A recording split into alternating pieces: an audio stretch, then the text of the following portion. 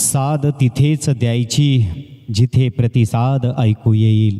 जेव्हा प्रतिसाद येणं बंद होईल तिथे वाद न घालता सरळ त्या नात्याला विराम देऊन मोकळं व्हावं. आपल्या सर्वात मोठ्या चुका अति जीव, अति विचार, अति विश्वास कधी कोणावर करू नका, कारण त्रास त्याचा फक्त आपल्यालाच होत असतो.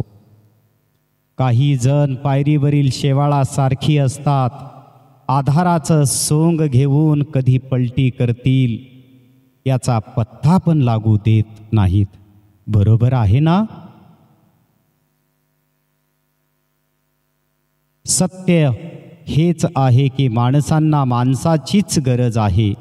श्रीमंती गेल्यावर पुन्हा मिळवता येते, पण हातातून निसटलेली चांगली माणसं जशीच्या तशी पुन्हा मिळवता येत नाहीत.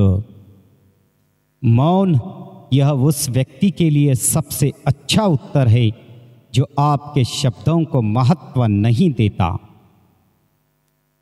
हक्काने एका ताटात जेवायला बसणारी माणसं जर वेगवेगळ्या ताटासाठी भांडायला लागली तर समजून जा, कालांतराने दोघांनाही भीक मागायची वेळ येणार आहे. विश्वासघात करणाऱ्या माणसाला जाब विचारण्यापेक्षा त्या माणसाशी बोलणं बंद करा, हीच त्या व्यक्तीसाठी सर्वात मोठी शिक्षा असते.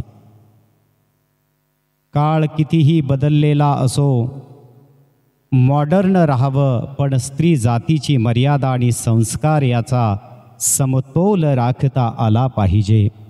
कारण प्रत्येक स्त्रीचा खरा दागिना म्हणजे तिची इज्जत असते, जी की तिनं सांभाळली पाहिजे.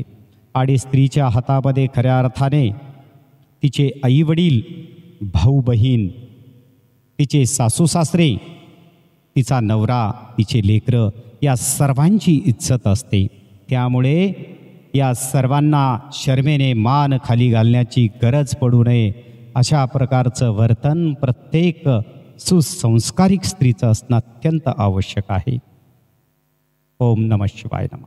धन्यवाद.